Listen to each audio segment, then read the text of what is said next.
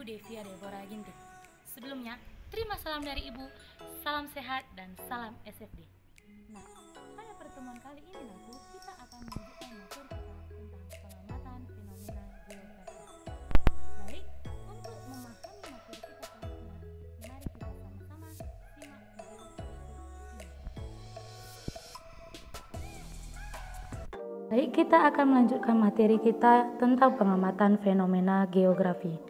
Adapun tujuan pembelajaran kita hari ini, dengan jujur, energi, rajin dan giat, siswa mampu mengklasifikasi pengamatan fenomena geografi serta juga langkah-langkah dari penelitian.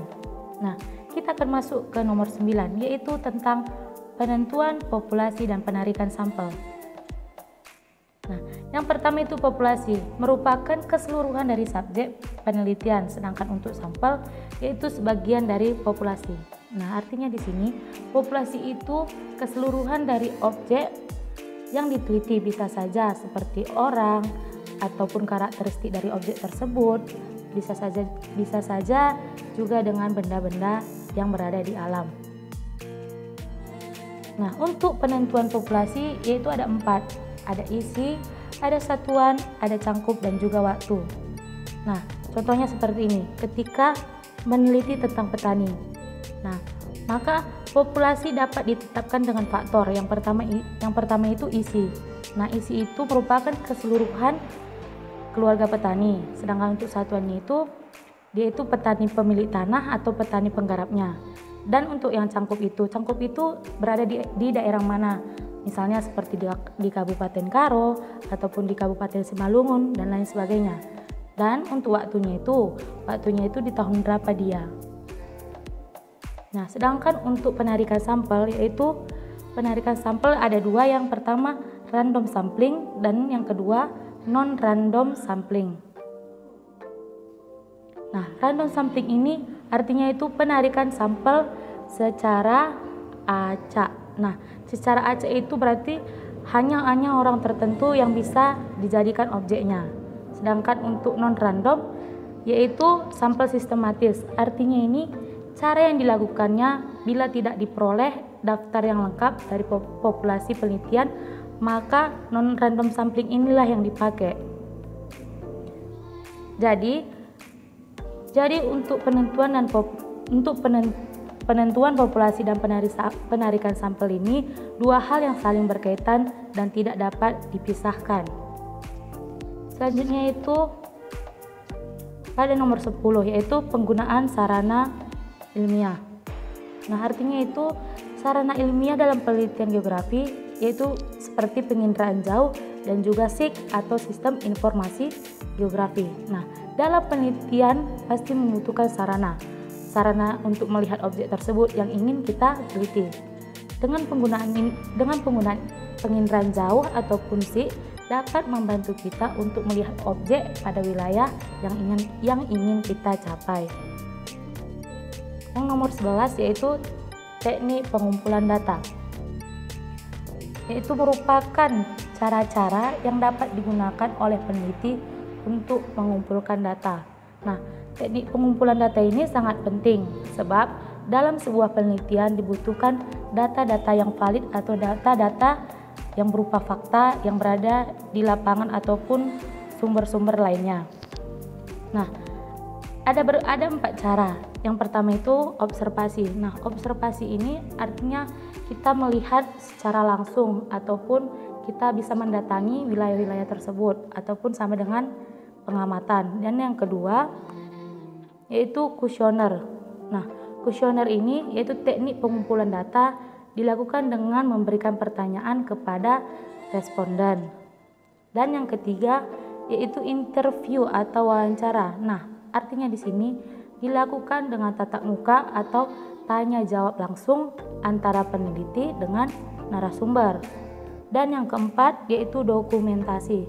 Artinya teknik pengumpulan data ini dilakukan dengan pencatatan peristiwa, baik itu berupa gambar, berupa tulisan, ataupun karya-karya yang berada di wilayah tersebut, bisa saja berupa sejarah ataupun berupa kata-kata.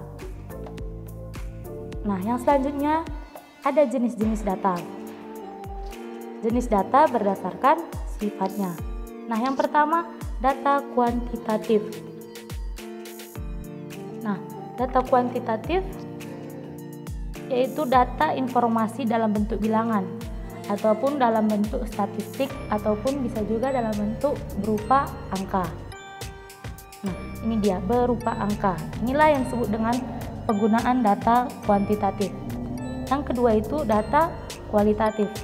Nah, data kualitatif ini artinya data naratif atau deskriptif, di mana peneliti itu akan menceritakan atau menjelaskan tentang objek yang ditelitinya. Inilah yang disebut dengan menceritakan. Ini masuk ke dalam data kualitatif. Yang selanjutnya yaitu berdasarkan sumber. Ada dua. Yang pertama data primer. Data primer ini data yang diperoleh dari sumber aslinya. Contohnya itu melalui wawancara atau tanya jawab langsung. Nah, yang kedua data sekunder. Nah, artinya di sini data yang diperoleh melalui sumber. Contohnya seperti jurnal yang ada pada internet, buku pemerintah, ataupun sumber-sumber yang valid. Baik, yang selanjutnya yaitu nomor 12, pengolahan data geografis. Nah, ada 4. Yang pertama penyuntingan data, yaitu kegiatan pemeriksaan data yang sudah terkumpul. Nah, maksudnya di sini dengan adanya pemeriksaan yang berkaitan dengan kelengkapan data, maka bertujuan untuk memperbaiki kualitas datanya ataupun menghilangkan keraguan-keraguan pada data tersebut. Nah, yang kedua itu pembuatan kode atau coding. Artinya yaitu usaha untuk mengklasifikasikan jawaban responden. Nah, tujuan pembuatan kode ini pada akhirnya ini agar data mudah diolah ataupun mudah dipahami. Nah, yang selanjutnya pengelompokan data. Artinya pengelompokan data yang dikumpulkan melalui sumber. Nah, tujuannya ini agar data tersebut dapat mudah dibaca dengan jelas oleh peneliti. Nah, yang keempat itu tabulasi data. Merupakan proses pengolahan data yang dimasukkan ke dalam tabel. Artinya di sini data yang sudah diklasifikasikan ataupun yang sudah dikelompokkan kemudian kita masukkanlah ke dalam tabel, sehingga ketika dibaca maka kita akan mudah memahami karena sudah dimasukkan ke dalam tabel. Nah, yang selanjutnya itu untuk yang nomor 13, menganalisis data. Artinya di sini upaya atau cara untuk mengolah data menjadi informasi sehingga karakteristik data mudah dipahami. Maksudnya di sini suatu kegiatan yang dilakukan untuk mengubah data dari penelitian menjadi sebuah informasi baru yang dapat digunakan dalam pembuatan kesimpulan.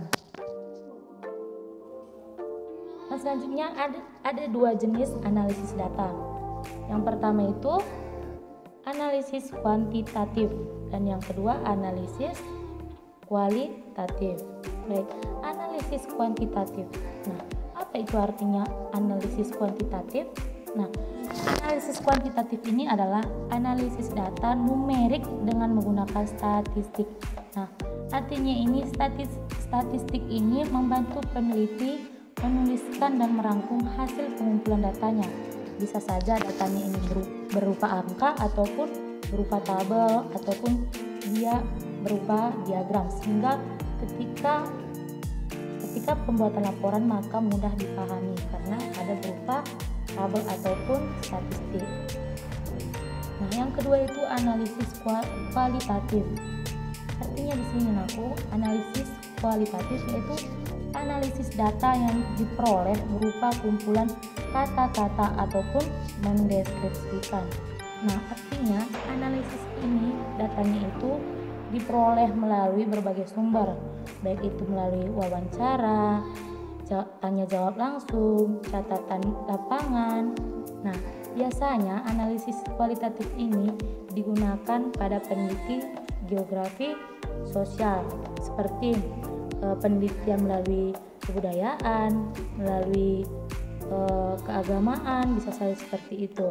Nah, jadi analisis kualitatif ini dia itu menceritakan, menjelaskan, mendeskripsikan. Sedangkan untuk analisis kuantitatif itu dia berupa angka, berupa tabel, berupa pengelompokan, seperti itu. Baik, untuk kesimpulan kita pada hari ini yaitu jadi pelaksanaan penelitian atau suatu usaha, pengujian dilakukan secara teliti dalam mencari fakta-fakta dengan menggunakan langkah-langkah penelitian yang sudah ditentukan. Jadi, ketika seseorang ataupun kalian ingin meneliti, maka harus mengikuti langkah-langkah yang sudah ditentukan sehingga laporan penelitian tersusun secara sistematis, tersusun secara rapi sehingga mudah dipahami oleh para pembaca. Baik anak-anak, sekian materi kita hari ini. Ibu berharap kalian memahami materi tentang pengamatan fenomena geografi. Baik, nilai karakter apa yang boleh kalian peroleh dari materi kita hari ini?